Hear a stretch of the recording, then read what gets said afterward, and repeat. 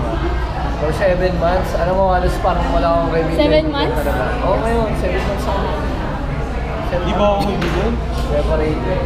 Hindi nga eh. Ngayon lang uli na parang ganito na medyo nakakunik uli ako sa tao. Parang nung ko kasi, alam mo kahit ang daming tao sa paligid ko. Kahit ba nasa church ako, kahit nasa bahay. Parang nung mag-isa ako.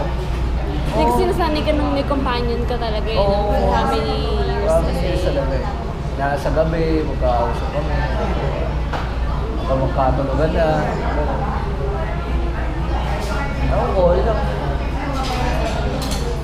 Iyak pali ako. Oo. Oo, iyak pali. Hindi na payak-payak ka. Pero pag nag-aaway na kami yan, tatahimik na pag ano.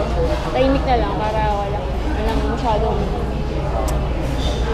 baka ko naman masabi ganyan. Tapos kinabukasan, or pag malamig na yung mga ulo, doon na mag-uusap. Okay. Oo, kaya!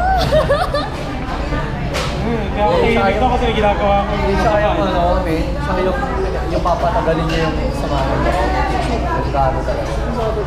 Yung lisan, nangyayari kasi sa amin yun eh. Hindi lang Yung 2 days. Pero ako na mismo nag-reach out sa kanya. Ako na mismo nag-reach out sa kanya kasi sabi ko, alam mo ako hindi ko talaga kaya yung 24 hours na lang. Magkagalit kayo. Ako naniwala. Pangit yung sa relationship mo.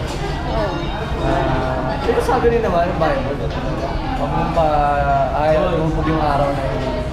Uusap. Oo, Wait, Tiger Chok.